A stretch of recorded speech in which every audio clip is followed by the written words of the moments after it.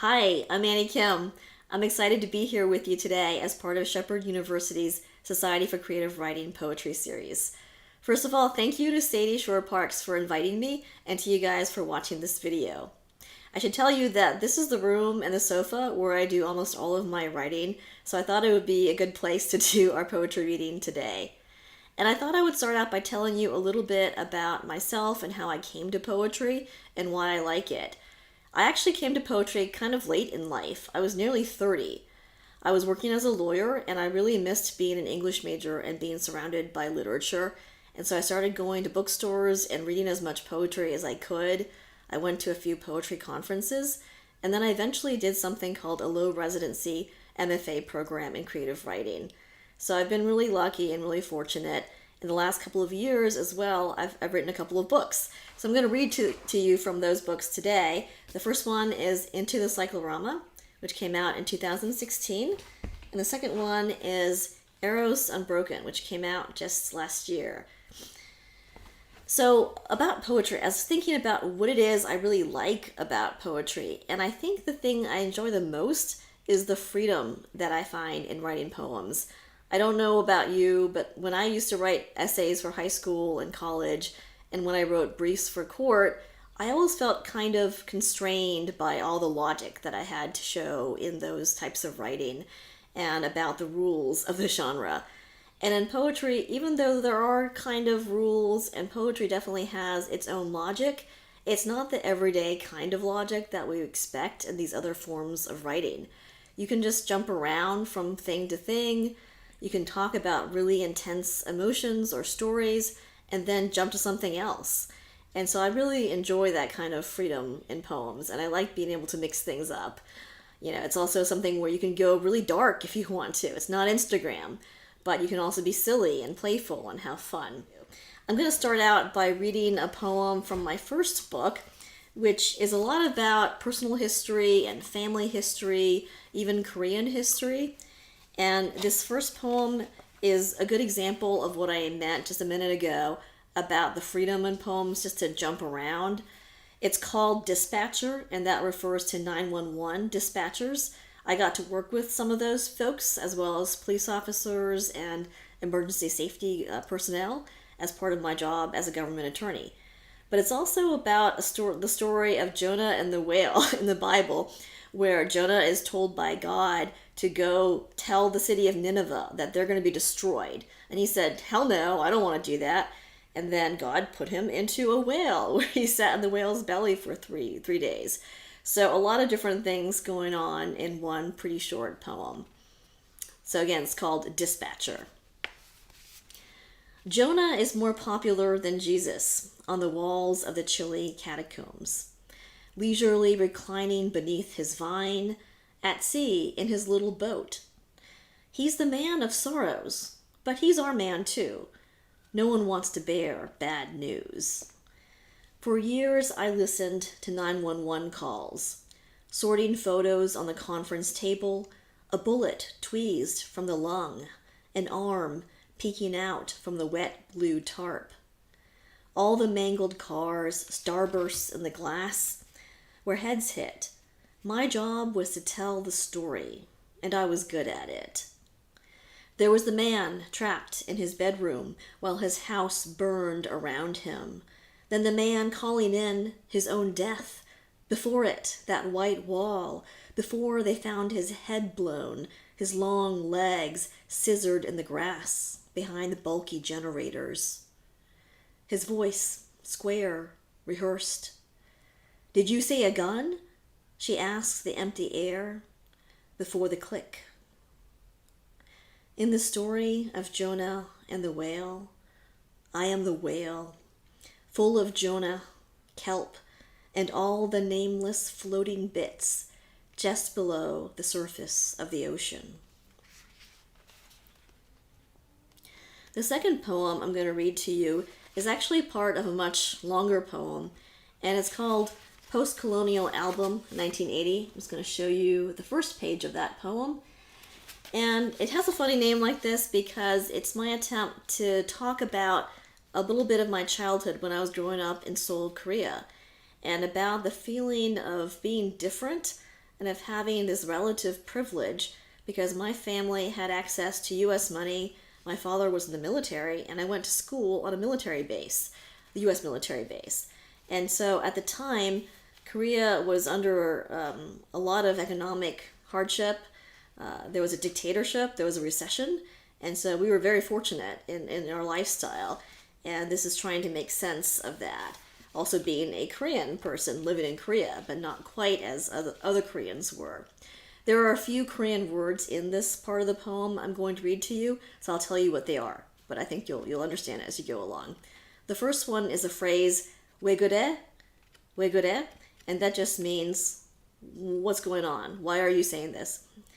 The second word is 외국, which means foreign or American.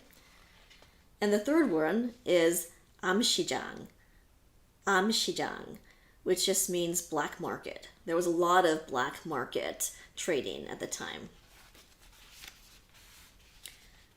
Hearing whimpers from the puppy, she calls out, 왜 그래? Then quietly leaves the bed. Black figure flying to the kitchen, out the door, down the stairs, too quick to see anything. She steps into the bathroom, where the square glass pane should be, black night and wind. Shampoo, conditioner, all 외국 brands she'd bought at the PX, gone. Wake up, my mother whispers. We've had a thief. Thief in Korean is 도둑, the sound of two bricks striking as they fall to the ground, or a log in the fire that suddenly snaps in half. If you steal something rare and valuable, a Rembrandt, say, a diamond, you might be sexy, brilliant, tough. If you swipe cases of Coca-Cola from an unlocked basement, any U.S. products you can strap onto your handlebars at 3 a.m., maybe you suffer from a frontal lobe deficiency. Maybe you struggled in the 5th grade, or you're rebelling against the post-colonial new imperialist infrastructure, the swift dictatorship, the long recession. Or maybe you just hate those people who, by virtue of their foreigner love, own a color TV and stereo, so you squat on their basement floor, unzip your pants, and shit before you run. You pawn their stuff at the nearest amshijang, by the 6-packs of buds and camels, still packed in flimsy film. You roll the bills in your pocket and simply disappear. No one will track you down. No one cares. And no, I don't want them to. So I'll read a few poems from my other book, Eros, Unbroken. And as the title says, Eros is about the Greek god or word for love, although this book is about love in various forms and not just romantic love. But the first poem I'm going to read to you is a little bit more about romantic love, about the feeling of longing that we all have, and it's directed directly to Eros, the god. It's called Breaking Up with Eros. This morning, for example, I miss your heat, how you flare my skin into a sun, whipping my cold, dead planets into orbit. To slip beyond the body's gate, glide through its chain-link fence. I need to find something beyond just the physical. I've had enough from column A, proof you're more Apollo, less Saturn devouring his sun. Mostly, I want to be done with you. Take a match to my fingers, grip the shiny toilet with both hands, heave. Then it's night again. I'm out, walking back after dinner, the air soft as chalk on heavy paper. My pores are open, ears open. I feel the bricks of the courthouse crumbling, smell the ivy crawling across them, bittersweet. It's you I want again, your monstrous light knocking my stained glass window. Black ink of you, raining swift down parched map of me, blurring all my capitals. That, at least, was irreparable.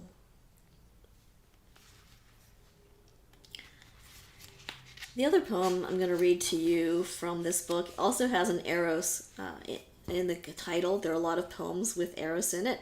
And this one's a little bit different. It's called Eros the Contagion. Unlike the last poem, which is actually written in couplets, so you have 2 lines, 2 lines, 2 lines. This poem is all just one big chunk. So you can see a little bit here how it looks. It's called Eros the Contagion. Soft as a clod painting, the yellow sky tonight. Trees in the parking lot, still thick, though the air, yes, has an edge. The honey was solid in the jar when I opened it this morning. Found a single ant frozen in the dunes, stunned by sweetness. Can you really die of sweetness?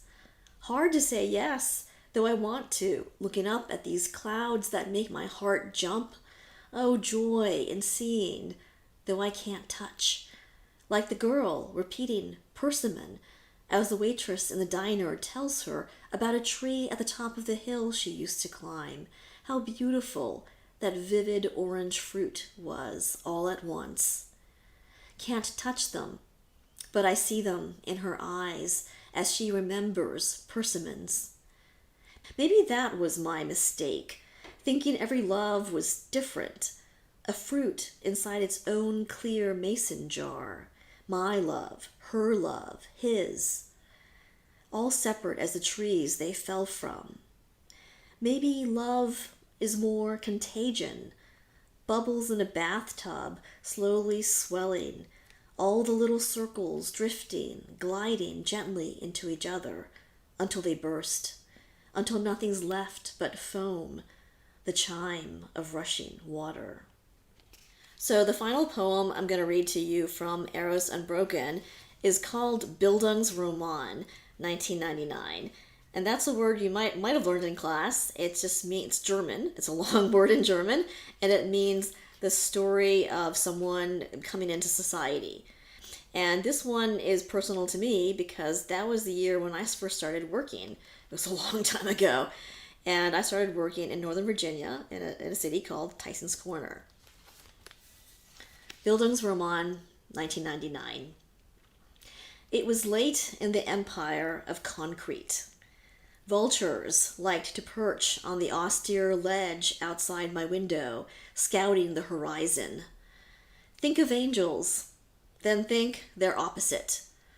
All the things we ache to hide, flung open, soft, too soft, like a newborn barely formed. They were cold, I think. Sun dried their feathers. I was lonely, a head above a desk, ready to plunge into the glinting river called the Beltway below my office, catch like a pebble in a wheel's stainless spokes. This was before the towers fell, before the dot-com bubble burst, before Gitmo, Dodd-Frank, Frodo in The Lord of the Rings. All language to me then seemed violent. All metaphor poignant, even suspect. Driving to work, was that a metaphor? Falling asleep on the couch work paid for, stumbling toward the bed in my work clothes, stripping in the dark, which was the old dark. The man who was my tailor, a Korean, I remember how he'd squat beside my feet, pushing pins into the fabric here and there, how he'd raise a stick of chalk, press firmly, a hyphen, a hash mark, snowy on the cloth. How he'd pause to look up from time to time and catch me standing still in the mirror, the image of me staring at the mirror. Everything is worth your look, I'd like to tell that self. Everything is still beautiful, even if you have no words to say it.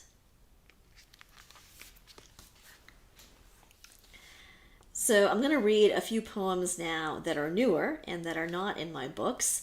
And the first two poems are prose poems. They look like chunks of prose, if you can see that. And this first one is called Self-Portrait as Ornament. And so there's a whole tradition in poems of doing self-portraits, just as there is in visual art.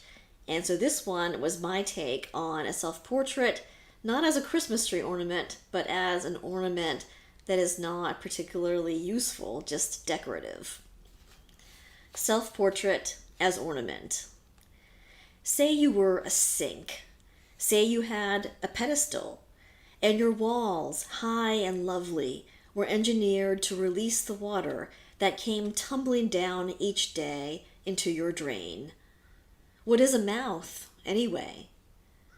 Though you remember how to pray, how you sat with that blonde boy holding hands beneath a tree, asking Heavenly Father to pierce the hearts of your unbelieving friends.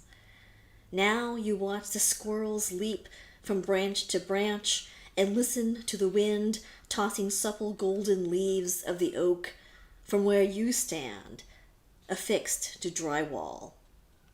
Your dream?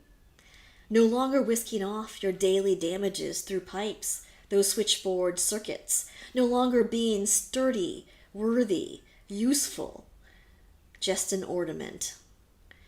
But how would you endure those vacant hours, glued to your sunlit corner, wordlessly absorbing space? The next poem is also a prose poem, but it's almost like a short story or flash fiction. And it's called The Poem and the Angel. It ends with a little vignette or story from the Bible in Genesis about Jacob and his encounter with an angel. The Poem and the Angel. Having resided many years on this green earth, the poem admits it's becoming bored. It folds day-old laundry, sitting on the bed. It considers marching in a protest. In all the time it spent contemplating things it will never do, and things it would only like to want to do, the poem realizes it could have worked toward ending capitalism or global hunger, or at least done something moderately useful. Volunteer at a poll, pet cats at an animal shelter. Early one morning, the poem slips unnoticed into the street. It winds through the little town until it reaches the town's only pier. Hired boats blemish the view, and the waves appear solidly gray. On the long walk back, the poem pauses before a help wanted sign in a storefront window. But what could it possibly want? At home, the poem sinks into its chair on the porch. Hydrangeas have begun to bloom. If it hopes to attain enlightenment, or at least survive middle age, the poem must learn to wrestle with its boredom. Like Jacob with his angel. I will not let you go unless you give me your blessing. Eventually, the bright-haired stranger did, and the man released his angel. And the last poem that I'll read for you is also a poem about poems, and it's more of a traditional poem written in couplets or two-line stanzas. Poem that ends in foolishness. You should begin a poem with an image, says the teacher. Maybe she believes this because the mind, as delicious as it finds the raw idea, can't digest it quickly. Or maybe it's because I was, when she said this nearly 20 years ago, a hammer seeking a nail, though what I wanted was the wall. I remember a table between us in the sunlit cafeteria, dishes unbussed on our trays. I took notes in a slim black journal, as anonymous and secretive as I was then. Though even this had its center, a page in the book where you saw the seams, real thread in the paper, evidence of connecting labor. Another year, another teacher tells me, try making summary gestures. By this he meant something I couldn't yet do. Pretend I grasped the root of things, that I had something radically urgent to express. This wasn't it exactly, but how I felt. What do I feel? The poem is a shadow puppet, I would tell him, who convinces you it's flesh and bones. A crude hypothesis to the world's confounding problems. A yardstick for an oil spill. Obituary and embalming science to all those constantly departing, and yes, the blood that courses through our veins from our poor, long-suffering, ignorant hearts, and back again. See, the poem believes in progress and in healing. All that foolishness. Everything I used to believe in and want to, still. Thanks again for having me. It's been a lot of fun sharing my poems with you and talking about poetry. Good luck with this series, and I look forward to watching more in it. Thanks. Bye.